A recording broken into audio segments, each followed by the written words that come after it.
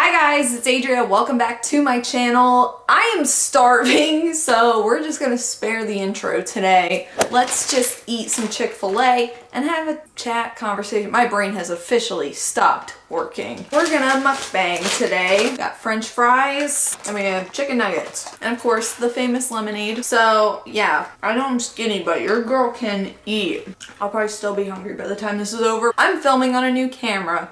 Because to the countless people that were sick of my camera quality, including myself, I feel you. I wanted to do a whole separate video about something that I'm doing. Other than just YouTube, there's another reason why I needed a new camera. I probably will get around to doing that. I have Chick-fil-A sauce and Polynesian sauce, and I can't decide which one is my favorite. I used to always get Polynesian, but as of late, kind of been bulling with the Chick-fil-A sauce. Okay.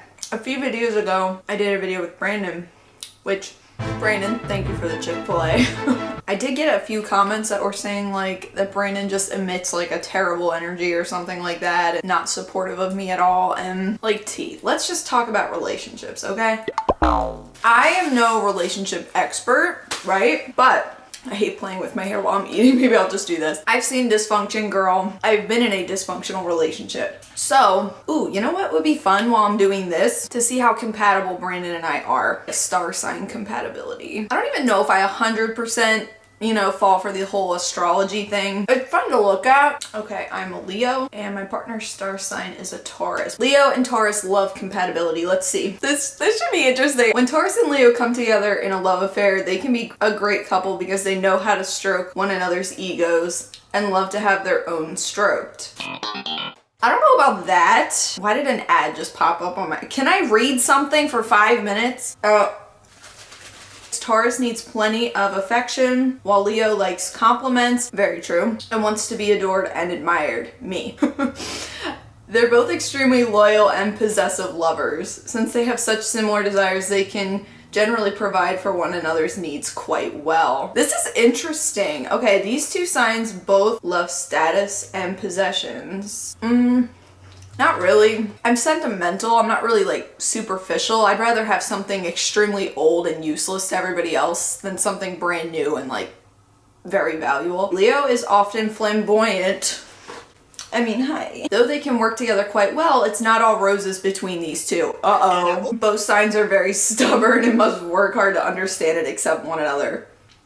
Okay, they are both ambitious, but in quite different ways. Leo longs for fame and fortune. I don't know about that. I don't even know if I'd like being famous, to be honest. I low-key forgot I even ate chicken. I'm just eating French fries. I think I'd rather just be, like, comfortable. Because, I don't know, I grew up in a way that was, like, everyone was always worried about money and everything was a sacrifice. And if I could just, have, like, a house and get the things I want in it, I think I'd be satisfied with that. I'd rather have a small, really cute, well-furnished house than a huge house that I can't even afford to decorate. Because that was my childhood home. Like, I had this huge, like, 3,000 square foot, like, 4-bedroom house, and we couldn't afford to do anything with it. All the furniture was old, so it was like, I'd rather have it the other way around, girl. Their battles can be fierce and epic, but as long as both of them can be reassured that the relationship is important to their partner, things will go more smoothly. This is so dead accurate. Both of them truly believe they're right and that theirs is the only right way to look at an issue. Because, okay, so the biggest argument Brandon and I ever had was about who got this glass of water. I got the glass of water, by the way, because I was choking. I was sick, and I'm like, couldn't breathe, so I run and get a glass of water, and Brandon to this day claims that he got it for me, but yeah. Y'all, this is 2 HD. Holy crap, I can see every nook and corner. I already ate like half my fries. I have a bit of a problem with like speculation about relationships online because, as much as I might watch someone and think like, oh, he's so not good for you, girl, whatever. At the end of the day, I don't know what happens when they're not on camera. So, like the videos I film with Brandon, that's like 10 minutes out of the countless hours we spend together. Brandon's like, I feel like nobody gets me. Brandon's whole thing is like, he wants to just push my buttons on camera. Like sometimes he does it in real life, but I think he knows when I'm like not in the mood for it. Oh, this chicken's good. Oh my god. I also use like 800 napkins when I'm eating. It's very just not serious to him, and and that's fine, because, you know, like, it's my YouTube, you know, he doesn't have to take it super seriously, but, you know, he takes me seriously. He knows that I love YouTube, and, you know, if he didn't care about me, he wouldn't even be on camera to begin with, because he's not, I don't know, he's not really a super camera-y person. People can speculate all they want, but whatever. And in that video, my whole okay, let me rant, girl, real quick. You know, if he would have just been like, oh my gosh, you look so pretty in every single one, that would have been kind of boring. So, and I told him at the beginning, like, you can be harsh, I don't care. I don't even really like those dresses that much anymore. I still like the purple one, but I try not to take life that seriously.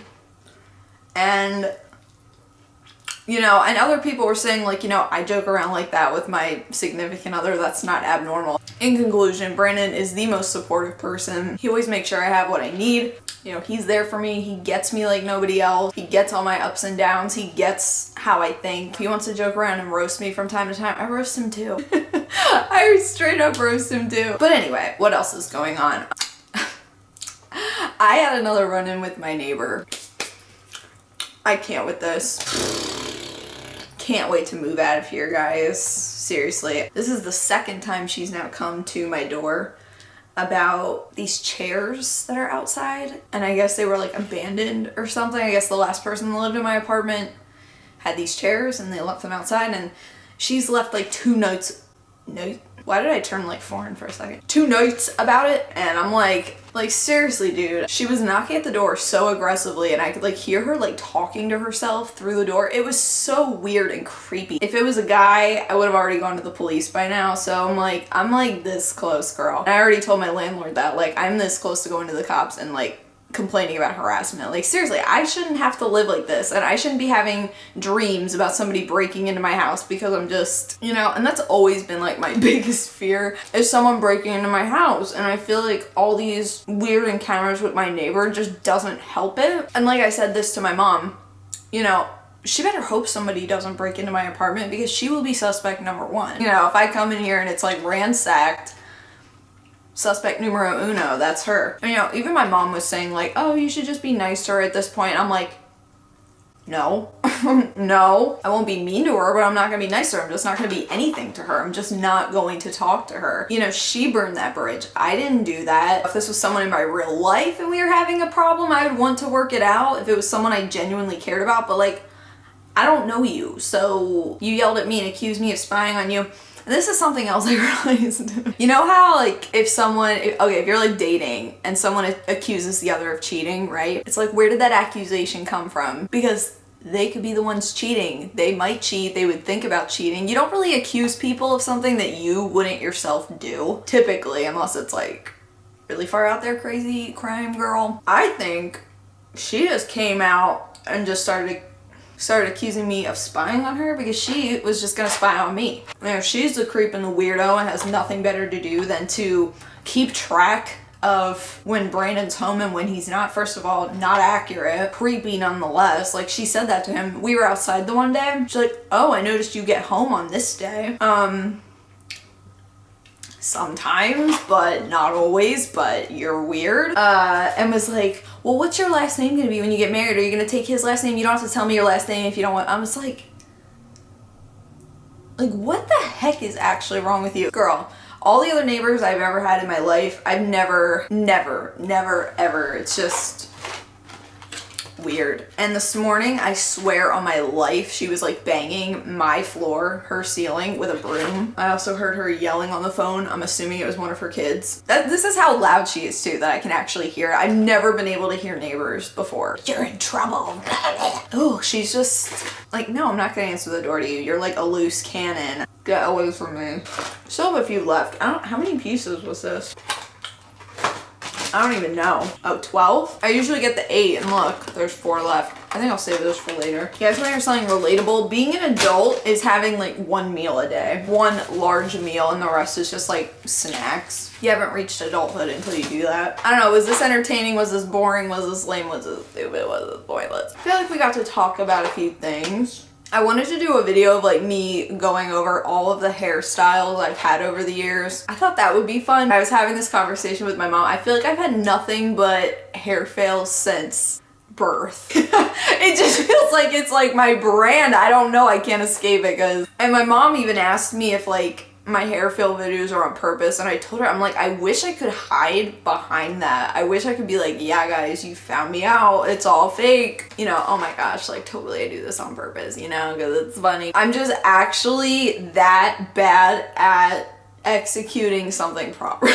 You know, some of them haven't been complete fails. Like I feel like when I cut the length of my hair, it didn't turn out that bad. Cutting my bangs was pretty bad. The pink was, I mean, it was okay. The pink was whatever. You know, there's hair fails where girls like hair completely falls out and things, but mine is just dumb stuff. Mine's just like my dumb ass didn't get enough bleach, so now I just have a huge dark patch of hair. I don't even know what to say, girl. What can I do?